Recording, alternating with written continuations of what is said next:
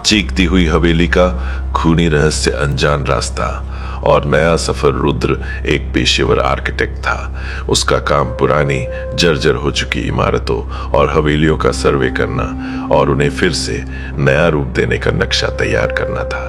रुद्र को शांत और सुनसान जगहों पर घूमना पसंद था, लेकिन इस बार उसे जो काम मिला था वह थोड़ा अलग था। हिमाचल प्रदेश के सुदूर पहाड़ों के बीच बसे एक छोटे से गांव रामगढ़ में स्थित राय बहादुर हवेली को रीडिजाइन करने का कॉन्ट्रैक्ट उसे मिला था। यह हवेली पिछले 70 सालों से बंद पड़ी थी। रुद्र अपनी कार से पहाड़ी रास्तों को पार करता हुआ रामगढ़ की तरफ बढ़ रहा था। शाम के करीब 6 बज चुके थे और सर्दियों के दिन होने के कारण सूरज तेजी से ढल रहा था।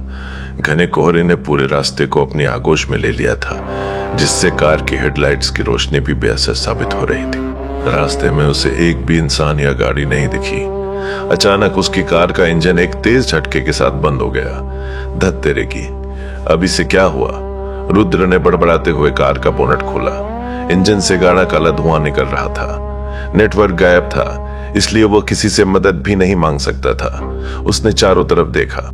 दूर एक पेड़ के नीचे एक बूढ़ा आदमी कंबल ओढ़े बैठा था। रुद्र उसके पास गया और पूछा, बाबा, रामगढ़ की राय बहादुर हवेली यहाँ से कितनी दूर है? मेरी कार खराब हो गई है। बूढ़े ने धीरे से अपना सिर उठाया। उसकी आंखें अजीब सी सफेद थी, जिनमें कोई चमक नहीं थी। उसने कांपती हुई उंगली से एक संकरे पथरीले रास्ते की तरफ इशारा किया और बेहद भारी आवाज में बोला, वहां पहाड़ी के ऊपर। लेकिन बेटा, सूरज ढल चुका है। रात के वक्त उस हवेली की तरफ कदम मत बढ़ाना। जो वहां गया वह कभी लौटकर अपनी कहानी सुनाने के लायक नहीं बचा। रुद्र हंस पड़ा। वह पढ़ा लिखा और आधुनिक ख्यालों का इंसान था। उसने सोचा कि गांव के लोग अक्सर ऐसी पुरानी इमारतों के बारे में डरावनी कहानियां गढ़ लेते हैं ताकि बच्चे वहां जाकर तोड़ फोड़ न करें। उसने बूढ़े को धन्यवाद कहा, अपना बैग उठाया और टॉर्च जलाकर उसी पथरीले रास्ते पर पैदल ही चल पड़ा। हवेली में प्रवेश लगभग आधे घंटे की चढ़ाई के बाद कोहरे के धुंधलके को चीरती हुई वह विशाल हवेली रुद्र के सामने खड़ी थी। गोथिक वास्तुकला से बनी वह हवेली देखने में जितनी भव्य थी उतनी ही भयानक भी लग रही थी। उसके चारों तरफ सूखे और नुकीले पेड़ों का घेरा था, जैसे कोई कंकाल हवेली की रखवाली कर रहे हो। मुख्य लोहे का गेट जंग खा चुका था और हवा के झोंकों से चर्र चर्र की आवाज कर रहा था। रुद्र ने भारी गेट को धक्का दिया और हवेली के परिसर में कदम रखा। चारों तरफ सन्नाटा था, इतना गहरा कि रुद्र को अपनी ही सांसों की आवाज साफ सुनाई दे रही थी। मुख्य दरवाजे पर एक बड़ा सा पीतल का ताला लटका था, जिसकी चाबी उसे शहर में हवेली के मालिक ने दी थी। ताला खोलकर जैसे ही उसने दरवाजा अंदर धकेला, सदियों पुरानी धूल की एक गंध उसके नथुनों से टकराई। हवेली के अंदर का नजारा किसी डरावनी फिल्म जैसा था। विशाल हॉल के बीचों बीच एक बड़ा झूमर लटका था, जिस पर मकड़ी के जाले जमे थे। सामने की दीवार पर हवेली के पुराने मालिक राय बहादुर अमर सिंह की एक आत्मकथ तस्वीर टंगी थी। तस्वीर में अमर सिंह की आंखें इतनी जीवंत थीं कि रुद्र को लगा जैसे वे उसे ही घूर रही हो। रुद्र ने हॉल के एक कोने में सोफे पर जमी धूल साफ की, अपनी चादर बिछाई और वहीं रुकने का फैसला किया। उसने अपने बैग से खाना निकाला और खाकर सोने की कोशिश करने लगा।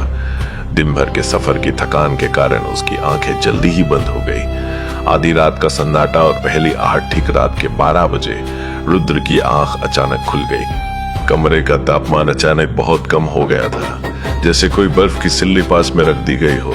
उसकी सांसें हवा में भाप बनकर उड़ रही थी। तभी उसे एक आवाज सुनाई दी, टप टप टप। ऐसा लगा जैसे छत से पानी टपक रहा हो। उसने अपनी टॉर्च जलाई और रोशनी छत की तरफ की। छत पूरी तरह सूखी थी, लेकिन आवाज बंद नहीं हुई थी। अब वह आवाज बदल चुकी थी। वह पानी की टपकन नहीं, बल्कि किसी के गीले पैरों से चलने की आवाज थी। छप छप छप आवाज ऊपर की मंजिल से आ रही थी। रुद्र का दिल तेजी से धड़कने लगा। उसने खुद को समझाया, कोई जंगली जानवर होगा या छत से चूहे कूद रहे होंगे। लेकिन तभी हॉल के कोने में रख के एक पुराने ग्रामोफोन से अचानक संगीत बजने लगा। वो एक पुराना दर्दनाक हिंदी गाना था, जिसकी धुन कानों को चुभ रही थी। रुद्र उठकर खड़ा हो गया। उसने टॉर्च की रोशनी ग्रामोफोन पर डाली। ग्रामोफोन का हैंडल अपने आप घूम रहा था, जबकि उस पर कोई रिकॉर्ड भी नहीं रखा था। रुद्र डर से कांपते हुए ग्रामोफोन के पास गया और उसने हैंडल को पकड़कर रोकने की कोशिश की। जैसे ही उसने ग्रामोफोन को छुआ, संगीत अचानक बंद हो गया और पूरी हवेली में एक भयानक तीखी चीख गूंज उठी। वह किसी औरत की चीख थी जो दर्द और गुस्से से भरी थी। वह चीख इतनी तेज थी कि रुद्र ने अपने कानों पर हाथ रख लिए। ऊपरी मंजिल का खौफ चीख बंद होने के बाद फिर से वही गहरा सन्नाटा छा गया। रुद्र समझ गया था कि हाँ, कुछ तो ऐसा है जिसे विज्ञान नहीं समझा सकता। उसने अपना बैग उठाकर हवेली से भागने का फैसला किया। जैसे ही वह मुख्य दरवाजे की तरफ बढ़ा, दरवाजा खुद ब खुद जोर से बंद हो गया। रुद्र ने उसे खोलने की पूरी ताकत लगा दी, लेकिन दरवाजा ऐसे जाम हो गया था जैसे उसे पीछे से वेल्ड कर दिया गया हो। कोई है, दरवाजा खोलो, रुद्र चिल्लाया, लेकिन उसकी आवाज हवेली की दीवारों से टकराकर वापस आ गई। तभी हवेली की सीढ़ियों से किसी के नीचे उतरने की आवाज आई। पायल की छंछनाहट, छनक छनक। टॉर्च की धीमी होती रोशनी में रुद्र ने देखा कि सीढ़ियों से एक परछाई नीचे आ रही थी। वह एक औरत थी जिसने लाल रंग का पुराना बंगाली जोड़ा पहना हुआ था। उसका चेहरा कोहरे की वजह से साफ नहीं दिख रहा था, लेकिन उसके पैर जमीन से कुछ इंच ऊपर हवा में तैर रहे थे। रुद्र डर के मारे पीछे हटने लगा। उसकी पीठ दीवार से जा टकराई। वह परछाई धीरे धीरे उसकी तरफ बढ़ रही थी। जब वो टॉर्च की रोशनी के दायरे में आई तो रुद्र की चीख निकल गई। उस औरत का चेहरा आधा जला हुआ था, मांस लटका हुआ था और उसकी आंखों की जगह सिर्फ 2 काले खाली गड्ढे थे। उसके हाथों के नाखून अस्वाभाविक रूप से लंबे और काले थे। तुम कौन हो? मुझसे क्या चाहती हो? रुद्र की आवाज मुश्किल से निकल पा रही थी। वह आत्मा रुकी। उसने अपना हाथ रुद्र की तरफ बढ़ाया। उसके होठ हिले और एक फुसफुसाहट गूंजी, न्याय, मुझे न्याय चाहिए। अतीत का काला पन्ना अचानक रुद्र के सामने सब कुछ धुंधला होने लगा। हवेली का माहौल बदलने लगा। धूल गायब हो गई, झूमर जल उठे और हवेली रोशनी से जगमगा उठी। रुद्र खुद को उसी हॉल में खड़ा देख रहा था, लेकिन वह भूतकाल में पहुंच चुका था। वह एक मूक दर्शक बन चुका था जिसे कोई देख नहीं सकता था। उसने देखा कि राय बहादुर अमर सिंह हॉल में टहल रहे थे। उनके सामने वही सुंदर औरत खड़ी थी जिसका नाम कादम्बरी था। वह इस हवेली की बहू थी।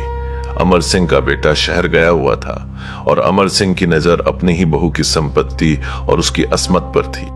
कादम्बरी ने अमर सिंह की बदनीयती का विरोध किया। गुस्से में पागल होकर अमर सिंह ने कादम्बरी को बालों से पकड़ा और घसीटते हुए हवेली के तहखाने में ले गए। रुद्र भी उनके पीछे पीछे अदृश्य रूप में गया।